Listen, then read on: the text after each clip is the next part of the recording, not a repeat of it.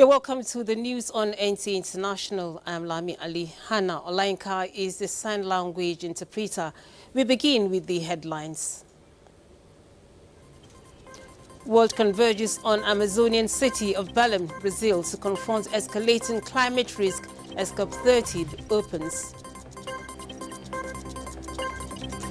President Bola Tinubu expects accelerated progress as Presidential Power Initiative prepares for next phase of implementation. Also in the news, U.S. Senate advances bill to end government shutdown.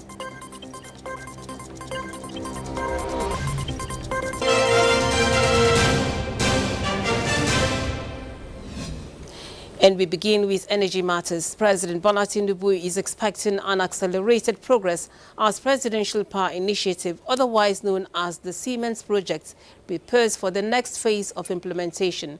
President Tinubu, who met with a delegation of the Siemens Energy at the State House, promises additional funding to fast-track the project actualization. State House correspondent Musbah Danwahab reports.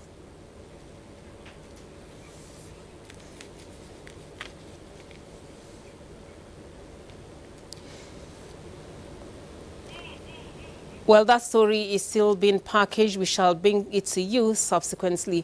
Now, the federal government has urged Nigerians to remain calm in the face of the diplomatic spat between the United States and the country.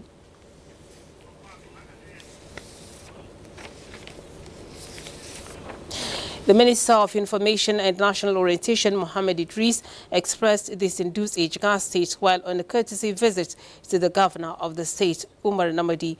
The minister is in Jigawa State to attend the Northwest 2025 Youth Rally and the presentation of the achievements of President Tinubu after 2 years in office. Now, the Nigerian Air Force has intensified its counter-terrorism and counter-banditry operations nationwide, with a series of precision airstrikes that wipes out Islamic States of West Africa province terrorists in Malam Fatori and Shuaram, Borno State, destroyed bandit enclaves in Garindendi and Chigogo, Kwara State, as well as Zango Hill in Kankara local government area of Katsina State. A statement by the Director of Public Relations and Information, Air Commodore Ehime Majodame, indicates that the coordinated missions executed represents a decisive phase in ongoing joint operations under Operation Hadenkai and Operation Fansan Yama, aimed at terrorist and criminal networks across Nigeria's northern theaters.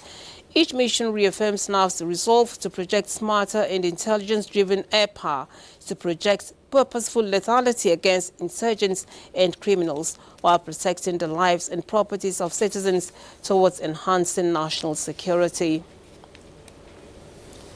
The Economic and Financial Crimes Commission, EFCC, declares wanted a former Minister of Petroleum Resources and former Governor of Bayelsa State, Timipre Silva.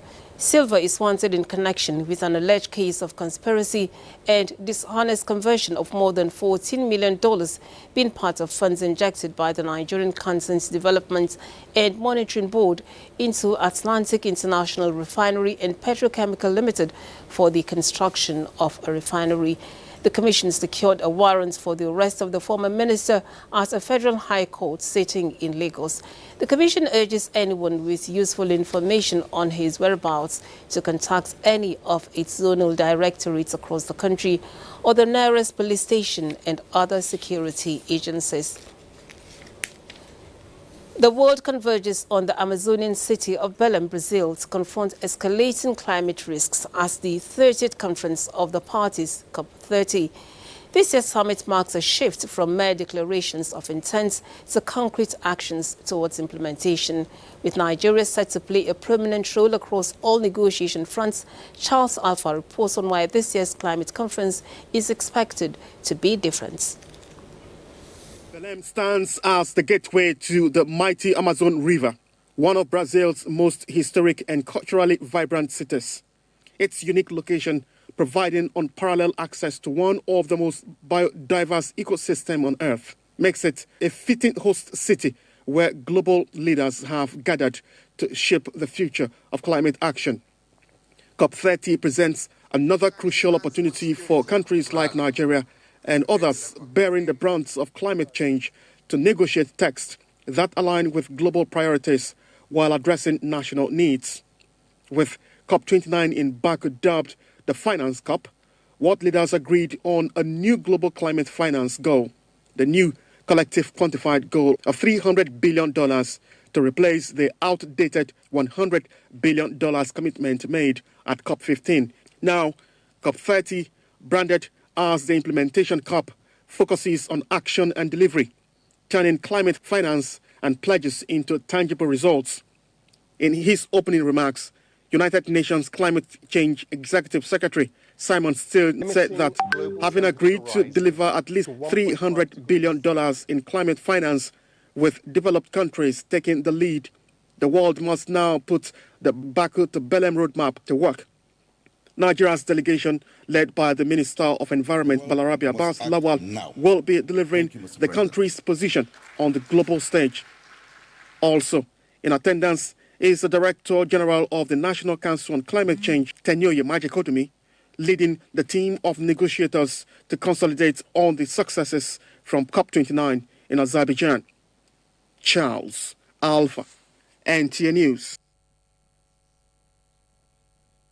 Joining us now live from Brazil is the Director General of Nigeria's National Council on Climate Change, Tenyoye Majekodumi. Thank you for joining us on the news.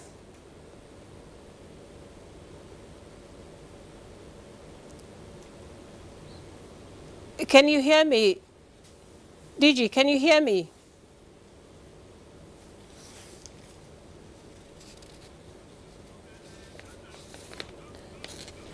All right, we're taking other stories as we again try to reconnect with the DG of the National Council on Climate Change. Egyptians head to polls to elect a new parliament, which some critics say will further cement President Abdel Fattah al-Sisi's grip on power. Comfort Fashion completes the report.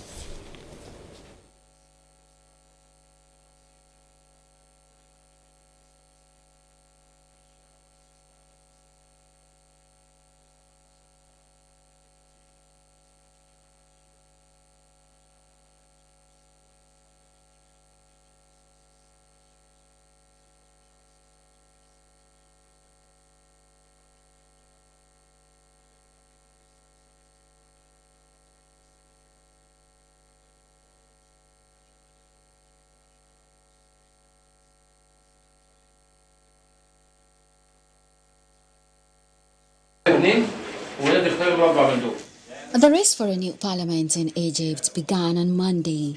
The election is acclaimed to be widely seen as reinforcing President Abdel Fattah el-Sisi's hold on power. Polling stations opened at 0000 GMT to start a week-long process to fill 568 of the 596 seats in the lower house, with some provinces voting later in November.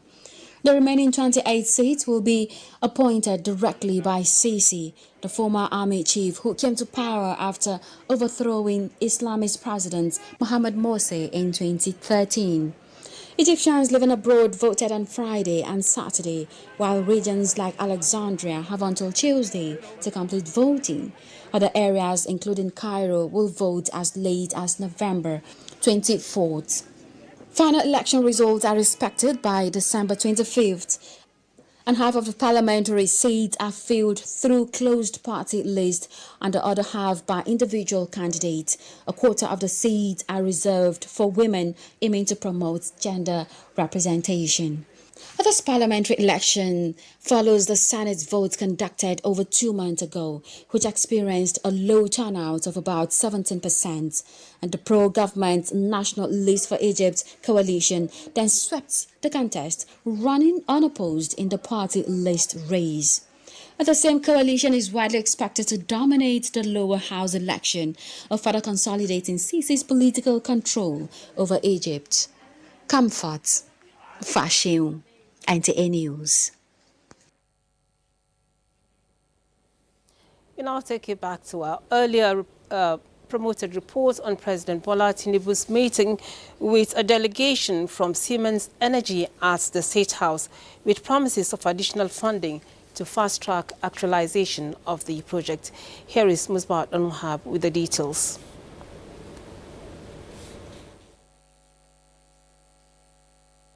The Presidential Power Initiative was born out of a strategic partnership between Nigeria and Germany in 2018. It is aimed at sustainability and stability in the Nigerian power sector. Since President Tinubu injected more energy into the initiative with the signing of accelerated agreements in December 2023, the minister in charge is here reporting progress. Under the pilot phase, which is the phase 0, we have achieved significant infrastructure upgrades and capacity enhancements that are already impacting grid stability and reliability across the country. Siemens Energy has successfully delivered and commissioned 10 units of 132/33 kV mobile substations, 3 units of 75 by 100 MVA transformers, and 7 units of 60 by 66 MVA transformers across key load centers nationwide. And this has added an unprecedented 984 megawatts of transmission capacity to the grid. The project is now set for the execution of a second batch of phase 1. Our key request for today is to get support on the commencement of the phase 1 batch 2. We have submitted proposals and we look for a budget of 970 million that should be included in the borrowing of the country to build additional substations and to upgrade the systems as we have proposed to the Minister and to FGN Power. The progress to date is notable and we can feel it, but not yet where we want it to be. And now, President Tinubu expresses his administration's readiness to speed up implementation. He says, with the centrality of sustainable power to development of other sectors, no industrial or economic development could be recorded without constant power. We are going to resource and, find a way to fund the additional 10 mobile substations as long as we follow this up. It's a thing that we must, all achieve for this continent to see the glory of economic recovery and banish poverty. The Presidential Power Initiative was conceived as part of a strategic partnership between Nigeria and Germany in 2018 under the immediate past President, late Muhammadu Buhari. From the State House, Musbal and Wahab, NTA News. The Thai border, Malaysia's Maritime Enforcement Agency, has continued its search and rescue operation after a boat carrying suspected undocumented migrants capsized. The incident, which occurred near Thailand's Sarutao Island, close to Malaysia's Langkawi Island resort, had about 90 people on board, according to Kedah State Police Chief Azli Abuja. The boat was believed to be part of a group of at least 300 undocumented migrants who had departed from Myanmar, with the group splitting among several vessels. Romli Mustafa, director of the Malaysian Maritime Enforcement Agency, said 3 survivors and 6 bodies were found on Sunday in waters around Langkawi, bringing the dead toll to 7. The boat is estimated to have capsized about 3 days ago. Meanwhile, 2 other vessels carrying migrants from the group of 300 are reported missing, raising concerns about further casualties and the urgency of ongoing search efforts. Malaysia hosts millions of migrants from poorer Asian countries. Many undocumented persons are working in sectors like construction and agriculture. You're watching news at 7 on NTA International from our studios in Abuja. We take a break. More reports when we return. Do stay. Amidst escalating pressure, the Republicans opted to consider a measure to break the federal government shutdown. This marks the initial phase of a potential bipartisan deal, which came as the effects of the shutdown became acutely apparent. Authorities, however, cautioned that U.S. air travel was at risk of severe disruption, with more flight cancellations and delays expected over the weekend. Here is Comfort Fashion with details of the reports. On this vote, the yeas are 60 and the nays are 40. 3/5 of the Senate duly chosen and sworn, having voted in the affirmative. The motion upon reconsideration is agreed to. After a record of 40 days shutdown, U.S. senators reached a bipartisan deal Sunday to reopen the government. The agreement came as air travel faced major disruptions, with thousands of flight cancellations and delays. The deal, as reported, indicates that the government through January addresses issues like healthcare subsidies, food assistance, and federal employee firings. President Donald Trump signaled optimism while the Senate quickly advanced the measure, which now heads to the House. Well, it looks like we're getting very close to the shutdown. We'll never agree to give any substantial money or any money to really prisoners, illegals that come into our country. And I think the Democrats understand that. And it looks like we're getting close to the shutdown ending. You'll know very soon. Transportation Secretary Sean Duffy warned of Thanksgiving travel chaos if the shutdown continued as flight disruptions mounted. And data shows over 2,700 flight cancellations and nearly 10,000 delays, with airports like those in New York City, Chicago, and Atlanta particularly affected. The bill restores SNAP funding, protects federal workers, and guarantees a vote on healthcare subsidies. Senator Tim Kaine confirmed the deal ensures a vote on tax credits. But many Senate Democrats are opposed to the deal, including the chamber's top Democrat, Chuck Schumer, who expressed anger that it offers a vote for extending the healthcare subsidies instead of extending them directly. Comfort Fashion, NTA News. Head of the Civil Service of the Federation, DD Esther Wilson-Jack, has launched the OneGov Cloud platform designed to eliminate bureaucratic bottlenecks, enhance transparency, improve accountability, and accelerate decision-making processes across the federal civil service. Herman Jobanu reports that the platform will also improve institutional memory and ensure administrative continuity.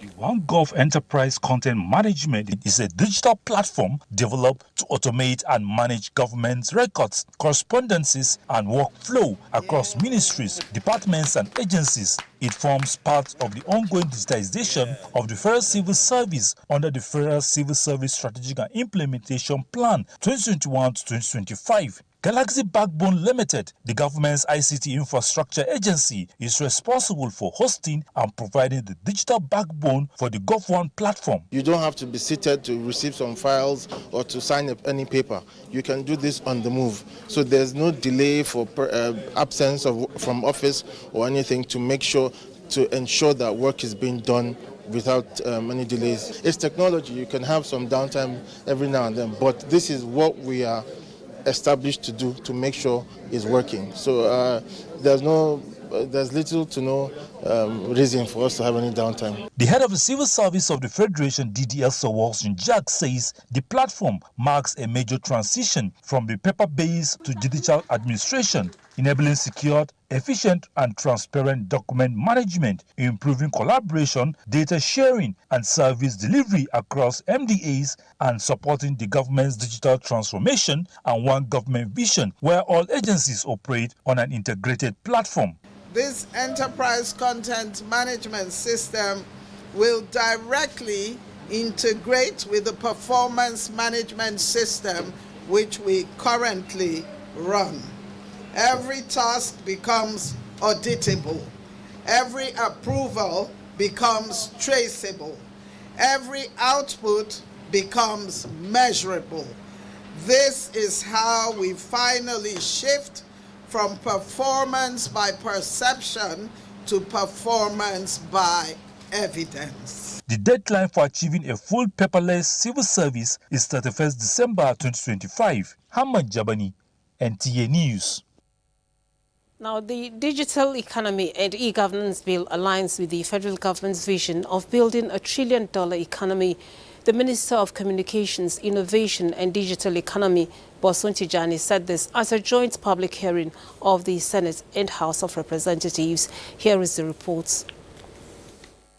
To give our nation a significant bill, which will be the first of its kind on the African continent.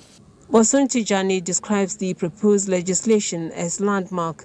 He says it would unlock potentials in the sector, which in the last 2 years has witnessed acceleration. We have set a target of 21% contribution to Nigeria's GDP. We're also taking into consideration over 20 million Nigerians that are currently not connected to the internet at all or any form of communications. It's why this administration has decided to invest in so many towers, over close to 4,000 towers, which will be deployed in communities that are currently unconnected. This is why the President, and not just the President, but this National Assembly, is also backed that we invest in 90,000 kilometers of fiber optic network across our nation. The National Assembly is optimistic that expanding Nigeria's digital infrastructure to effectively cater to emerging technologies like artificial intelligence is necessary for the digital future. We are providing regular clarity, regulatory clarity. Our country, our society is already digital, but our laws are analog. And that's why there's a need to provide our omnibus law. The National Digital Economy and E-Government Bill seeks to confer legal recognition on digital communication, electronic signatures, and online records. Let us remain steadfast in our pursuit of a Nigeria where technology not only drives economic growth, but also strengthens democratic governance, transparency, and citizen participation. The bill is also proposing the establishment of a national data exchange system to facilitate sharing of data between the public and private sector. From the National Assembly, Nigeria is charting a bold path towards 2050, aiming for a future where science drives innovation, creates jobs and transforms communities. As the nation marks World Science Day for Peace and Development, Minister of Innovation, Science and Technology, Kingsley Tochukwu has urged Nigerians to trust science and commit to using innovation as a catalyst for national transformation. Justin Bemwini reports. As Nigeria marks the 2025 World Science Day for Peace and Development, the nation reflects on the vital role of science in driving progress, peace and sustainable development. This year's theme, Trust, Transformation and Tomorrow, the science we need for 2050, calls for renewed confidence in scientific innovation and a shared commitment to building a brighter, more inclusive future. The Minister of Innovation, Science and Technology, Kingsley Tochukwu, SAN, emphasized that building public trust in science is central to achieving Nigeria's vision of inclusive growth and technological leadership. Our path to 2050 involves more than just advancing technology. It is about making sure that science continues to be reliable, approachable, inclusive, culture-sensitive, and influential. It is about making sure that innovation represents our nation's ideals, resilience, and the potential of our youth and the ambitions of our population. Nigerians were urged to embrace innovation as a tool for transformation, noting that the technologies and ideas of today will shape the nation's tomorrow. Looking towards 2050, the focus is on ethical, inclusive, and sustainable science, a science that empowers youth, strengthens communities, and drives national progress. The event also highlighted the promise of Nigeria's youth, as two primary school pupils, Joy Ezekiel and Olga John Mario, were recognized and awarded for their achievements in STEM. Clear signs that the country's scientific future is bright.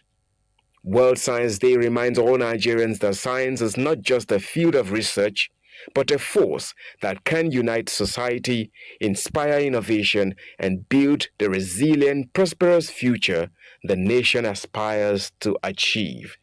Justin Bemunyi, NTA News. The Food and Agriculture Organization of the United Nations applauds federal government's commitments to increasing Nigeria's fish production and advancing sustainable development within the nation's blue economy. The commendation is coming from the FAO representative in Nigeria and to the economic community of West African states, Dr. Hussein Gadain, during a visit to the Minister of Marine and Blue Economy, Adegboyega Oyetola, in Abuja. Dr. Gadain praises the ministry for developing the national policy on marine and blue economy, describing it as a critical roadmap for the sustainable harnessing of Nigeria's marine resources, noting that the UN agency was glad to have contributed to the fisheries and aquaculture chapter of the policy. The minister, in a statement by his special advisor, Bolaji Akinola, expresses appreciation for FAO's long-standing partnership and reiterates the ministry's determination to expand domestic fish production, reduce dependence on importation, and stimulate economic growth. Tuesday's weather forecast is next.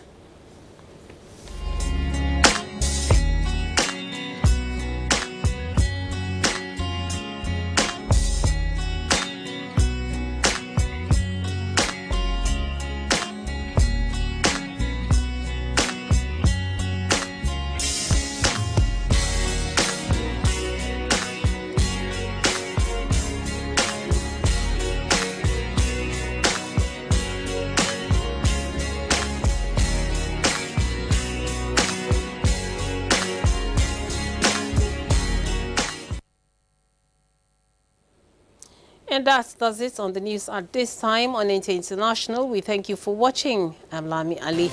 Hannah Olainka has been the sign language interpreter. Do have a good evening.